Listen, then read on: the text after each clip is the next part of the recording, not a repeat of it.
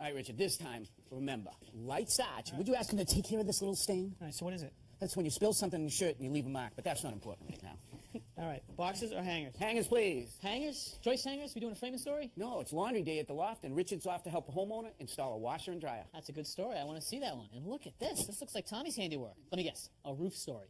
No, you know Tommy. His mind's always in the gutter. You know what I get asked a lot of time? Does my house really need gutters? We've lived here about 6 years. As you can see, we have no gutters in the front of this house. The water just pours right off the roof and comes right down into the basement. It's very important to have a gutter to protect the sill, the lower portion of your wall, and also keep the water out of your basement. So that could be part of the problem. I got just the solution for this homeowner today. Now it all starts by getting some measurements for our new gutters. We're going to start by measuring behind this trim board right here. That's called a rake board. So you hold the tape against that. I'll take the tape measure down to the inside corner, and that measurement is 97.5 inches. You remember that one? Now I'm going to measure from the inside of this rake board to the inside corner, and that's 24.5. I'll remember that measurement. Let's go cut the gutter. And let's put the gutter right on the sawhorses here. Now this is an aluminum gutter. It's a good heavy gauge, which means it will hold up to the ice and the snow, and you'll actually be able to put a ladder against it if need be once we get it hung. This is actually a K-style gutter. Why is it called a K-style gutter? Well, that's just the name for this profile. All right, to get started, we're going to put this end cap right on here to stop the water from coming out the end. The first thing we have to do is we have to put this sealer right in this crack. Get a good thick bead in there. Okay, all the way around. Okay. Now I'm just going to push it on. Now this is the end of the gutter that goes up against that rake board. So I get it started. I'm going to take my hammer, tap the back of it on, a little bit of the bottom here. I'm going to take this tool right here, which is a crimping tool. I'm going to push it into the end cap, squeeze it. That puts a little dimple in it, holds it on. Another one down the bottom here. Now that'll hold the back on. Now I'll take my hammer and continue to tap the end cap in place. Hold it into place. And crimp it again right in the front here. One there and one up at the top. Now we're ready to measure for the length. Well, what was the length of that gutter? 97.5. 97.5 was from the back side of our rake board all the way to our inside corner right here. That's that mark. Now what we're going to use is this piece right here. This is an inside miter. Is that something that we have to make up? No, they come pre-made. This is an inside miter. They also make it as an outside miter. All right, now, let me show you how this works. This is the piece, that 24.5-inch piece. I'm going to snap it together inside the box miter. That corner's made up. So now what I'm going to do is hold it back here like this on a 97.5. But I'm actually going to mark the front edge right there, and that's where we're actually going to cut our gutter. All right, I want you to make the cut right here. Okay, now I'll just finish that up with a pair of snips.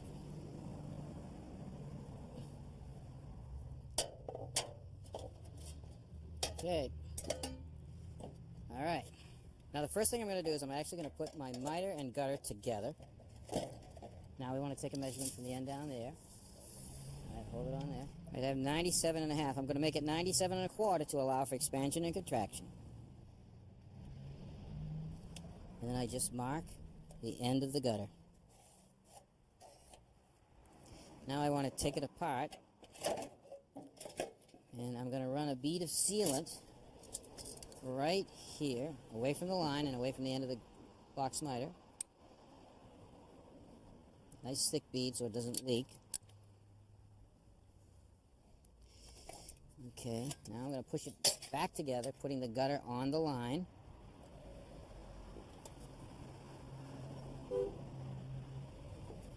Line it up. I'm going to push it down nice and tight. Okay, now holding the gutter down tight to the box miter, I'm going to take and drill 2 holes right here in the back for a pop rivet.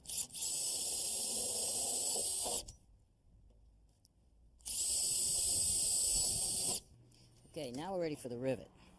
And this is a white aluminum rivet. There's a shaft right here with a head on it. And when I put it into the rivet gun will actually pull the shaft through the rivet, broadening out the tip of it, squeezing the 2 pieces of gutter together. Push it in the hole, squeeze it. and that snaps off. Now we'll do the second one. Squeeze it down. Pulls the two pieces of gutter together, and it's all riveted.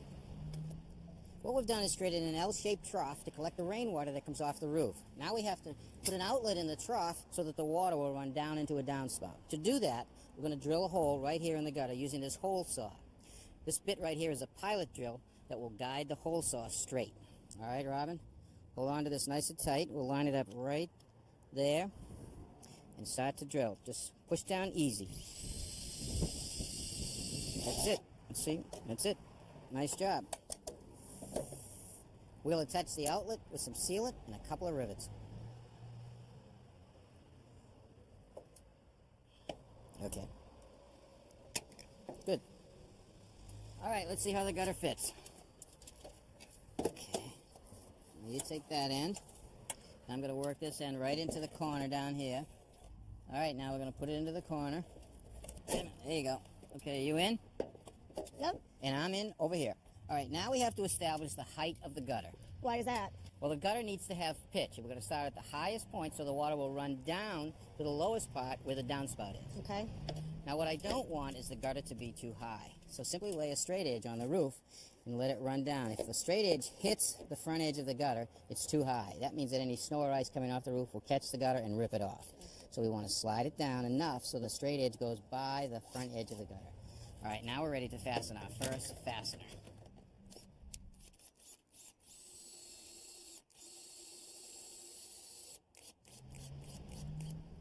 Okay, with the high point of the gutter fastened, I'm going to measure to the bottom of the gutter to the bottom of the fascia board, which is 2 5/8. Now I know that the fascia board is level, so I'm going to go down to the inside corner, and I'm going to measure from the bottom of the gutter to the bottom of the fascia board and make it 2 1/8. That will give the gutter a 1/2 inch pitch to allow the water to run to the corner.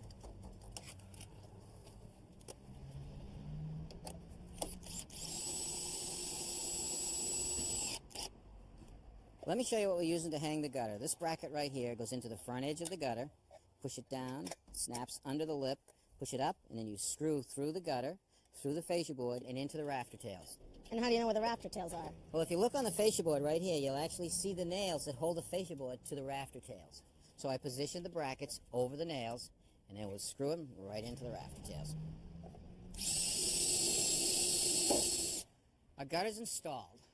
I put 2 elbows together with some screws, and I screwed the 2 elbows to the downspout that I cut to length.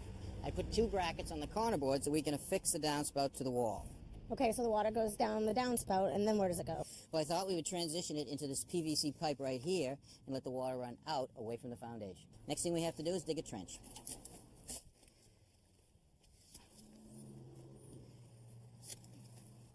All right, our downspout is connected to the PVC pipe. This is great, Tom. So now we'll get the water off the roof and away from the house. That's the whole point.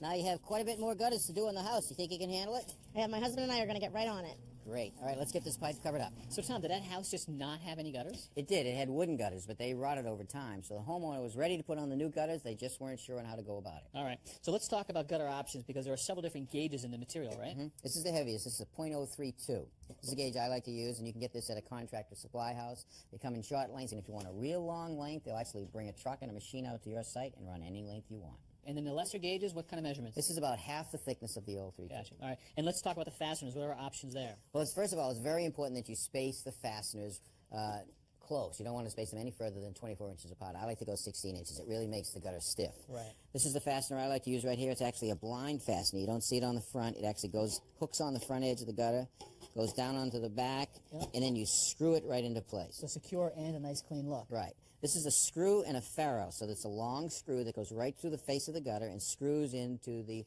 fascia board and into the rafter end. You can just sink that home with a screw gun. And this will just tighten it right up against that ferrule, and it makes the gutter nice and straight. And if you wanted to, you could actually leave a ladder against it. Wow. Okay. Now here is a spike and a ferrule, and you simply put the ferrule in there and you drive it right through the fascia board into the rafter end. Gotcha. And then you've got one more here. Right. Now let's say you didn't have a fascia board or you had a crown molding detail, something that wasn't plumb cut. Yep. Then you can use this bracket, and you basically pick up the shingles, you fasten it to the roof, and this hangs the gutter below the roof line. All right, some great options and good information. Thank you, Tom. My pleasure.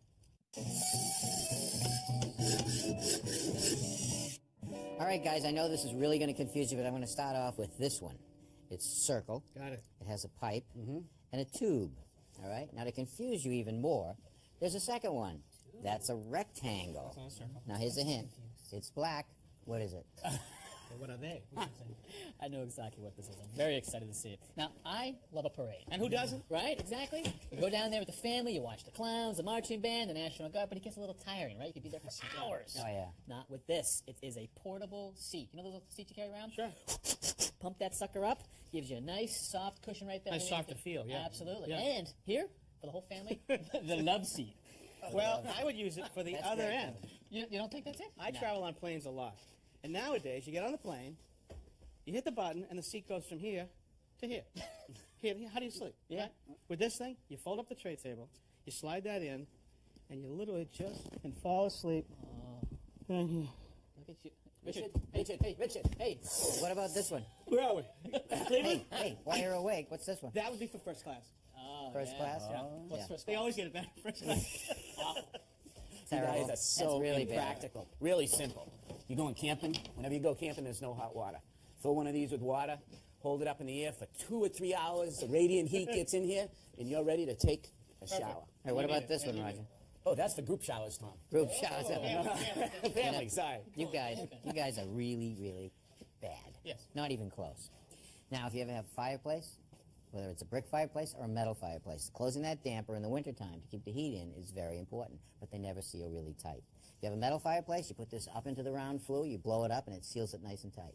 A brick fireplace, you put it up into the chimney, blow it up, and it'll seal it up nice and tight. Unless you can take a shower in the fireplace. So here's the thing, Richard. We bought these great new high-efficiency appliances, but the salesman told me that I just have to plug them in and we're good to go. Well, if you just plugged them in with electricity, you'd have a few lights, but you wouldn't have clean clothes. We have a few more connections to make. We need to get hot and cold water into the washer, and we need to have the discharge go out of the washer. And on the dryer, we need a gas connection to supply gas to it, and we need an exhaust to outside. So let's get started. All right, so that's the last of the shipping materials. Now, the heart of a washing machine is a drum. Now, in a front-loading washing machine, the drum goes this way. They want to protect it during shipment. So you'll see there are 4 transfer bolts right there. Just you get the little wrench came with it. Yep. Just back those out, okay? You can go right around with it, I think. All right, and then these covers will make sure no dirt and dust gets into the back. Just do that one. We seem really high on this back right corner, and there's leveling legs on the bottom. Just tighten that up a bit, Bertie. Not too much. Let's try it a few times. Okay. Not quite there. We need a little bit more. All right, now we can make our water connections, Bertie. We've got stainless steel braided hoses. It's rubber on the inside and stainless steel braid on the outside for a little more reinforcement. Color-coded, red for hot. Why don't you make the connection? There's a washer right in there. And hot's on the left right there. Snug it up. Here's your cold. So now we can make the connections at the machine. Just tip this forward. You can see on the back there's hot and cold. And the color coding makes it easy on our hoses. All right, we have water into the unit, but we have to have a discharge coming out of it. So just tip this forward again. Now there's a discharge pipe right here, and this is our discharge hose with an elbow and a clamp. That fits onto the back, like so. And now with a screwdriver, we just tighten up that clamp. Now this clamp is pretty important because there's a discharge pump inside the washer that has a fair amount of velocity. I don't want that hose coming off the back. Just tip that down. All right, so we got to run our discharge pipe right up here into the standpipe. And you've got the remnants of an old washing machine right here, Bertie. Here's the old, we don't need that anymore. And then we bring this pipe up into this point.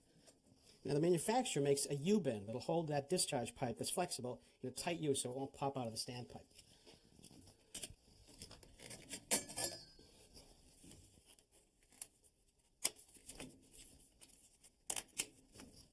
All right, it's always a good idea to secure that discharge pipe, so throw that cable tie right around there. Just snug it up. Now it's time to connect our dryer. Now, we have a couple of connections to make on the back. One is the gas supply. That's the gas that's going to be burned to dry the clothes. And this is the flue products from combustion that has to get to outside. And we have to go from this point, the gas connection, to your existing gas supply right here. You've got a shut-off valve from the old dryer that was here. Now, I'm using black steel pipe. Now, in the old days, we used to have to cut and thread every single one of these pieces of pipe. Nowadays, you can get them in pre-made lengths in half-inch increments up to 10 feet long. So what I've done is dry fit this steel piping. So from this point, the gas shut off, I'm going to come with this steel pipe, and it's going to come right down to the bottom right there. So we are ready to go. Just going to move that into place, and we can get started.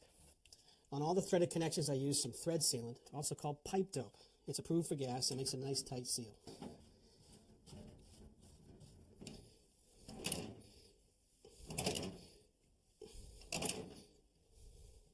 And then we start building vertically from there.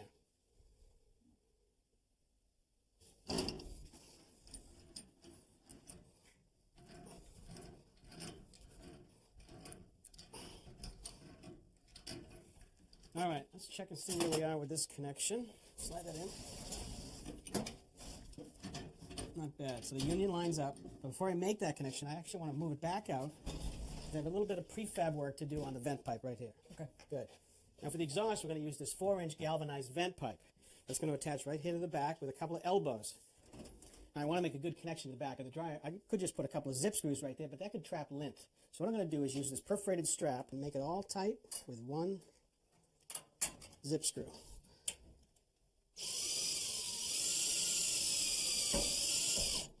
Good. All right, so now we can make up that union. I always like to put a little bit of pipe dope on the face of that union. Good.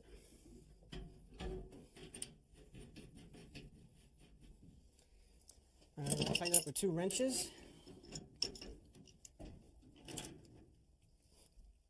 Okay. What I've also done is put a drip tee right here, and that's a place where any rust or sediment that might be in the steel pipe could settle and not go into the gas valve. Now we run the rest of our vent. Now the previous dryer vented all the way down here through this flexible foil vent. So I'm going to connect right into that? No, actually, with your help, I'm going to replace all of it. I really don't like this. It's easily perforated, and look, it can sag like this, so lint or moisture can sit right here. I see. It would be great if we could have gone right out through, right here through the sill. Oh, but there's a deck in the back of the house. Right, and you can't vent under a deck. So now we're going to replace all of it with nice, smooth pipe. Okay, now I make this connection at the top. Okay, get that elbow down all the way. All right, Brady, why don't you seal those last connections there?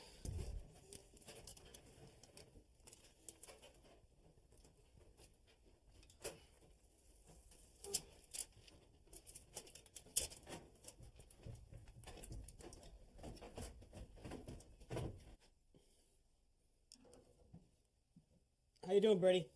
We're doing pretty good. We're all taped up, and we got all straight pipe to the outside. Good. All right, well, I just turned on the gas shutoff, so now I need to check these connections, the new connections. And for that, I'm using a leak detector. Well, how does that work? Well, you apply it to every single one of these new threaded connections, and if there's a leak, you see a little bubble. All right, time to power them up, Bertie. I got the dryer. Good. So let's see what you got here. You have a fully functioning laundry room. Awesome, Richard. Thanks a lot. I'm actually going to go upstairs, get those 4 loads of laundry that I have, and do them all before my wife gets home. You look like a champ. Give me a little bit of the credit, all right? Maybe a little bit, but thanks a lot, Richard. I right. appreciate it. So much for just plugging them in. He had quite a bit of work left to do. Yeah, the guy that sold the washer and dryer didn't mention the water, the waste, the gas, the vent, and the gas permit. Just that.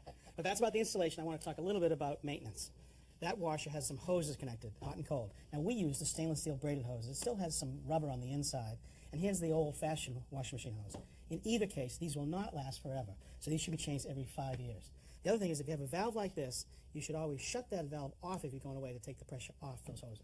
What about installing a safety pan to catch any leaks? Well, down in the basement I wouldn't do, but if that washer was upstairs, I would definitely do one and have a drain to the basement. Good idea. For safety. I can't tell you how many houses I've gone in, and I still see these vinyl hoses connected to the dryer, and I know they're illegal. And it can literally be deadly, Tony. You got to remember, this gas dryer right here has a flame, and it's coming this way out through the back of the dryer, and a vinyl like this could melt, and once that happens, you got carbon monoxide going into the building. The other thing, inside of this connection at the back, oftentimes you have the ultimate kindling. This is lint, and this can really burn very easily. It's highly combustible. So the connection should always be with galvanized smoke pipe or even this flexible aluminum right here. Right. Now, you got to find a way to get in there to clean it pretty regularly. So you got to either take this elbow off the back, and that means moving the washer or dryer. But this is a great idea. This is actually a quick connect. And so this could sit right where you can get at it. You break the connection. Now you can tip it down, run a vacuum inside there, and then reconnect it. Oh, that's good. That's great. So some really good tips, and you made our homeowner a hero. He's going to get 4 loads of laundry done before his wife gets it. That's terrific. All right, well, if you've got questions about your house, we'd love to hear from you, so send us a letter or an email. Until next time, I'm Kevin O'Connor. I'm Richard Thuy. I'm Roger Cook. And I'm Tom Silva. For Ask This Old House. So did you stick around and help him fold? I don't fold. I don't do windows. If you have a question about your house or a tip you'd like to share, please let us know. Visit our website, pbs.org, for expert advice, step-by-step videos, and much more.